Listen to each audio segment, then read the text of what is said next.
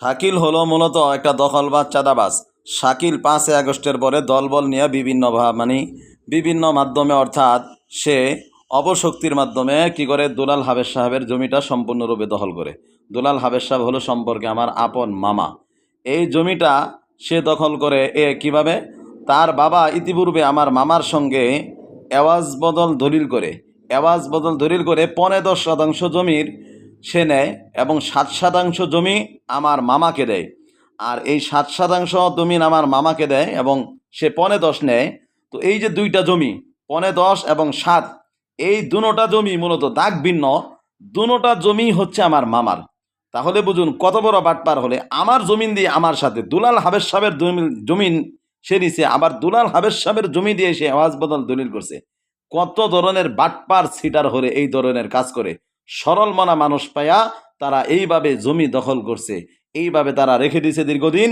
পরবর্তীতে এখন 5ই আগস্টের পরে তারা এই জমিটা বিভিন্ন মাধ্যমে অর্থাৎ বিভিন্ন সন্ত্রাস ক্যাডার বাহিনী নিয়ে জমি দখল দেয় এবং আমার মামাকে বিভিন্ন ধরনের হুমকি দামকি দেয়। আসলে মূলত শাকিল হচ্ছে দখলবাজ, আর শাকিলের বাবা হচ্ছে একটা সিটার সাদাবাজ। আজকে দীর্ঘদিন যাবৎ তারা এলাকায় বসবাস করেন, এখানে থাকে না। হ্যাঁ, হঠাৎ করে এসে তারা বসে পড়ছে কিভাবে, যেমন বৃষ্টি রোদ্রের মধ্যে হঠাৎ বৃষ্টি এসে পড়ে আকাশ থেকে, এরকম বৃষ্টির মতো বাইসা আসছে, কচুরিপানার মতো বাইসা আসা। কচুরিপানা যেরকম আইসা কি হয়ে যায়, পানি পচে যায়, অ্যালার্জি হয়ে পরে চুলকানি হয়, ওর মাধ্যমে এরকম পুরাটা সমাজ পুরাটা এলাকা আজকে এই নসিরপুর 5 নং বাসাডি ইউনিয়ন কি হয়ে গেছে, অ্যালার্জির মতো হয়ে গেছে, চুলকানি বিভিন্ন দিকে সে বিভিন্ন কাজ করে বেড়াচ্ছে। আজকে এর সঠিক বিচার চাই, আমরা এর তীব্র নিন্দা ও প্রতিবাদ জানাই। এবং শাকিল, তোমার নামে অচিরে মামলা হবে, তুমি রেডি থাকো, তোমার নামে অবশ্যই মামলা হবে। কারণ তোমার বাবা সহ তোমরা একটা সিটারি করছো, বাটপারি করছো। বাটপার রূপে তুমি একটা বাটপারের ঘর থেকে বাটপার হয়, ভালো মানুষের হয় না। বৃক্ষ তোমার নাম কি, ফলে পরিচয়। আরে বেটা, তোর বাপ তো একটা বাটপারি করে গেছে, আওয়াজ বদল তুলেছে, হাবেজ সাহেবের জমিন দিয়েই তোর আবার হাবেজ সাহেবের জমিন নিছস। কত বড় গাদ্দার, কত বড় বাটপার। আজকের থেকে প্রায় 50 বছর আগে আমার নানা মকবুল হাবেজ এই জমি খাইছে।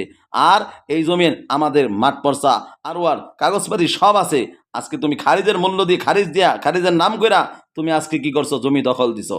এই জমি তোমার হাতে থাকবে না। অবৈধভাবে দখল কইরা কোনোদিন দুনিয়াতেও শান্তি পাবি না, আখেরাতেও শান্তি পাইবি না। বাস্তবতা আরেকটা বিষয়, যেটা চেয়ারম্যানের নামে তুই প্রপাগান্ডা ছড়াচ্ছস, চেয়ারম্যানের নামে বিভিন্ন কিছু বলতেছস। আরে বেটা, চেয়ারম্যান তো এই জমিটা দুলাল হাবেজ সাহেবের কাছ থেকে ভাড়া নিছে ব্যাককল। দুলাল হাবেজ সাহেবের কাছ থেকে ভাড়া নিয়ে সেই জমিটা সে কি করতেছে, সেটার মধ্যে ইট বানাচ্ছে। আর তোমার এত জলে কেন, অত জমিন হচ্ছে হাবেজ সাহেবের, তোমার জলে কেন? এইভাবে তুমি যে সমস্ত প্রপাগান্ডা ছড়ায়া চেয়ারম্যানের নামে, মজনু চেয়ারম্যানের নামে যেই সমস্ত তুমি মিডিয়ার মধ্যে প্রপাগান্ডা ছড়াচ্ছ, বিভিন্ন মিথ্যা তুহমত দিছ, এই মিথ্যা তুহমতের জন্য জানিস তুই দুনিয়ায় শেষ না। কোরআনের মধ্যে আছে হাদা বুহতানুন আযীম, কারো ব্যাপারে তুহমত দেওয়া। আল্লাহর নবী এবং আল্লাহ স্বয়ং 18 নম্বর বারায় বলছে সূরা নূরে, তুহমত দেওয়া কবিরা গুনাহ, মারাত্মক গুনাহ, হাদা বুহতানুন আযীম। এটার জন্যই জাহান্নামে যাওয়া যথেষ্ট।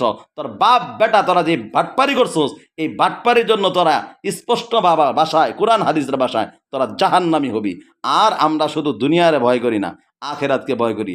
তবে এটা জেনে রাখ শাকিল, স্পষ্ট কথা হচ্ছে, যে সমস্ত কাজগুলো এলাকায় তুমি ছড়াচ্ছ করছ, এগুলোর দ্বারা তোমার খেসারত অবশ্যই দিতে হবে। স্পষ্ট কথা বলি, চেয়ারম্যান সাহেব জমিটা ভাড়া নিছে। শুধু চেয়ারম্যান সাহেব ওই জমিটা না, প্রায় ওখানে আমার মামার টান খেতে 11 কাঠা জমি, নিচের খেতে হচ্ছে 4 কাঠা জমি, আরেকটা খেতে কুদেল্লা যেটা বলে, আমাদের গ্রামের বাসায় যেটা বলে পুলিশের পাশেই যে ক্ষেত, ওটার মধ্যে হচ্ছে 3.25 কাঠা জমি। সেই জমিগুলো ভাড়া হিসাবে বেড়ায় ইট বানায়। আর সেই বেটার নামে তুমি তুহমত তুলে দিছো, বেটা দখল বা চাঁদা গাছ। হ্যাঁ, বেটার কত জমি ওখানে। আর ওদিক দিয়ে যাদের জমি আছে প্রত্যেকেই যারা দিছে তারা ভাড়া হিসাবে নিচ্ছে, আর চেয়ারম্যানের নিজস্ব জমি আছে।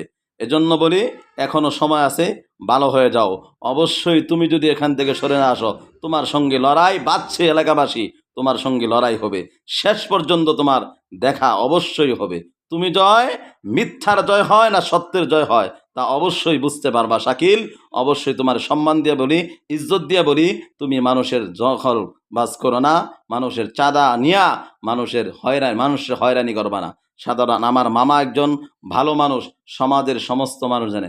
আমাদের অত্র অঞ্চলে তুমি যদি নসিরপুর বলো, তুমি যদি কলমনা বলো, তুমি যদি এইভাবে বলো রামভদ্রপুর বলো, আশপাশ যত এলাকা আছে প্রত্যেকটা এলাকার মানুষ এই সাক্ষ্য দিবে যে মকবুল হাবেজ সাহেব স্পষ্ট ভাষায় একজন ভালো মানুষ ছিলেন। তিনি কারো জমি দখল করে খায় নাই, এবং তার সন্তান যখন বর্তমান রামভদ্রপুর বাজার কেন্দ্রীয় মসজিদের ইমাম হাফেজ মুয়াজ্জিন হোসেন দুলালও কারো জমি দখল করে খায় নাই। অতএব তুমি নিজে দখল দিছ, এই দখল ছেড়ে দাও, না হয় একদিন না একদিন সত্য প্রকাশ হবে, তোমার কপালে শনি আসবে, আর তুমি বিভিন্ন মাধ্যমে এই সমস্ত ফেতনা ছড়ানো থেকে দূরে থাকো।